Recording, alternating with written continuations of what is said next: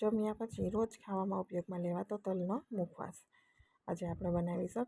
તો તલ છે એ સફેદ મેં લીધા છે, સાથે મીઠું અને હળદર થોડું પાણી નાખી અને આપણે ફક્ત 15 મિનિટ માટે જ એને રેસ્ટ ઉપર રાખીશું. ના તો એને વધારે પલાળવાના છે, ના તો સૂકવવાના છે. એકદમ ઇન્સ્ટન્ટ આપણે મુખવાસ બનાવીશું.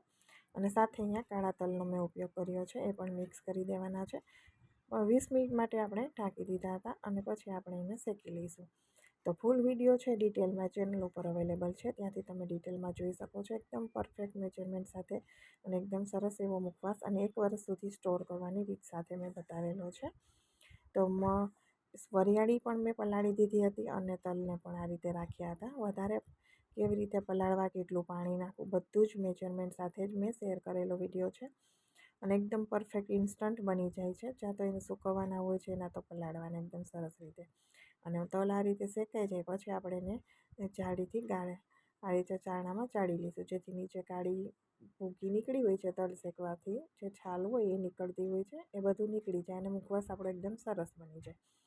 એ રીતે બધી તમે જોઈ શકો છો. અહીંયા ડસ્ટ એ રીતે બધી જ નીકળી જશે. વરિયાળીમાં પણ એ જ રીતે વરિયાળી શેકાઈ જાય સરસ એટલે એને પણ ચાળી લઈશું.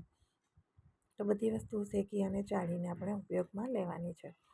છેલ્લે મેં અહીંયા રેડીમેડ દાણાદાર અને સોલ્ટેડ અળસી લીધા હતા, એને પણ થોડી વાર માટે ચડાવી દીધા હતા. અને સાથે અજમો ખાસ લેવાનો છે, જે જમ્યા પછી આપણે મુખવાસ એટલા માટે જ ખાતા હોઈએ છીએ, જે આપણી પાચન શક્તિમાં વધારો કરે.